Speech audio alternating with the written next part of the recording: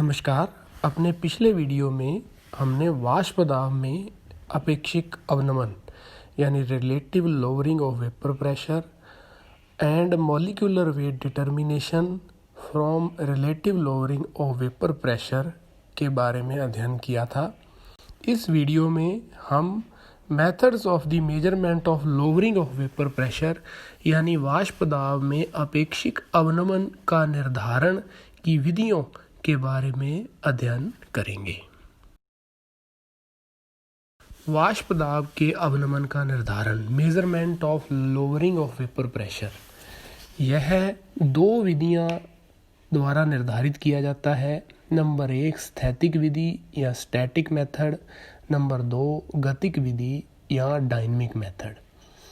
स्थैतिक विधि में द्रव को किसी भी प्रकार से हिलाया डुलाया या डिस्टर्ब नहीं किया जाता है, जबकि गतिक विधि या डायनामिक मेथड में द्रव में या तो वायु की धारा प्रवाहित करते हैं या द्रव को गर्म किया जाता है। यहाँ हम दोनों प्रकार की विधियों के एक एक प्रयोग का वर्णन करेंगे।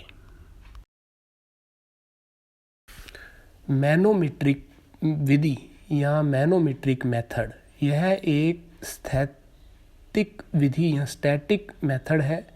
इस मेथड द्वारा वाष्प दाब का अवनमन ज्ञात करने के लिए एक विशेष प्रकार के मैनोमीटर का प्रयोग किया जाता है, जिसे डायग्राम में दिखाया गया है। इसमें दो बल्ब होते हैं जो S1 और S2 टैब द्वारा जुड़े रहते हैं। बल्ब A में शुद्ध विलायक और बल्ब B में सॉल्यूशन या विलयन भर दिया जाता है। मैनोमीटर में पारे के स्थान पर कोई लो डेंसिटी वाला अवाष्पशील द्रव जैसे N butyl phthalate, beta bromo naphthalene या एपिजो तेल भर दिया जाता है। इस अपरेटस को एक ताप स्थायी थर्मोस्टेट में रखकर निर्वात किया जाता है, जिससे वायु तथा अन्य घुली हुई गैसें बाहर निकल जाती हैं तथा केवल विलायक की वाष्प शेष रह जाती है। तब टैब्स को बंद कर देते हैं। अब नलियों में केवल विलायक या सॉल्वेंट की वाष्प शेष रह जाती है। जब साम्य अवस्था स्थापित हो जाए तो दोनों नलियों में द्रव के तलों का अंतर पढ़ लेते हैं। यह सीधा सीधा P-PS अर्थात वाष्प दाब अवनमन का मान होता है। यह विधि सांद्र विलयनों के लिए तथा उच्च तापों के लिए, जिन पर वाष्प दाब अधिक होते हैं, व्यवहारिक है। ओस्टवाल्ड तथा वाकर की विधि, Ostwald and Walker's dynamic method, यह गतिक विधि या डायनामिक मेथड है। इस विधि में प्रयुक्त उपकरण में बल्बों के दो समुच्चय A, M, B और U नलियों का एक समूह होता है। ये तीनों परस्पर चित्र के अनुसार नलिकाओं द्वारा जुड़े रहते हैं।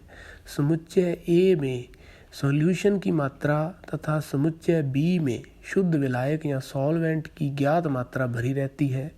इसी प्रकार U नलियों में निर्जल कैल्शियम क्लोराइड की मात्रा भर देते हैं।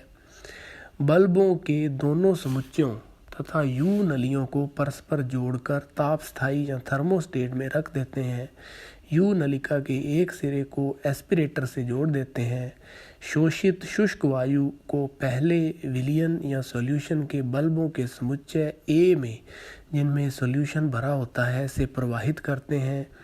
यहाँ यह विलयन के वाष्पों से संतृप्त हो जाती है और सॉल्यूशन के वाष्पों को अवशोषित कर लेती है।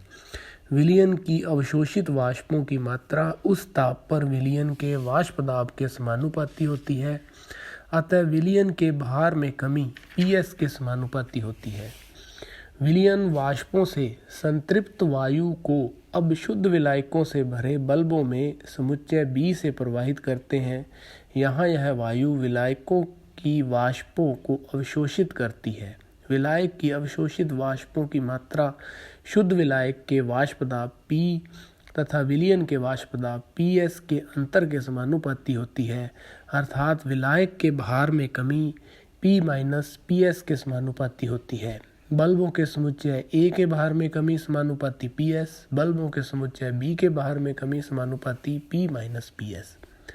बल्बों के समुच्चय A प्लस B के बाहर में कमी समानुपाती PS plus P minus PS या समानुपाती P के।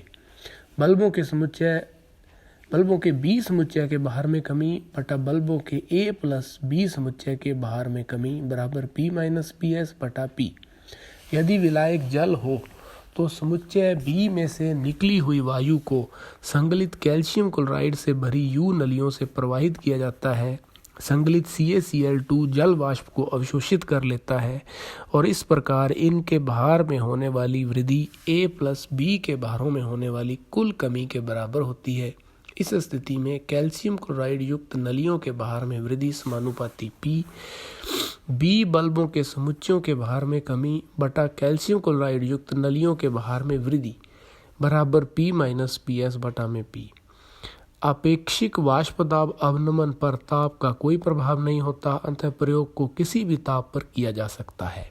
इस प्रकार वाष्प दाब के अपेक्षिक अवनमन का मान समुच्चय A तथा समुच्चय B के भारों में कमी माप कर अथवा समुच्चय B के भार में कमी एवं कैल्शियम क्लोराइड नलियों के भार में वृद्धि माप कर ज्ञात कर लेते हैं। कार्बनिक पदार्थ सामान्यतः जल में अम्लीय होते हैं, अतः इनके अणुभारों का निर्धारण अल्कोहलिक विलयनों में कर सकते हैं। ऐसी स्थिति में दो बल्बों को अलग अलग तौल लेते हैं तथा CaCl2 से भरी U ट्यूब नहीं लगाते हैं। धन्यवाद।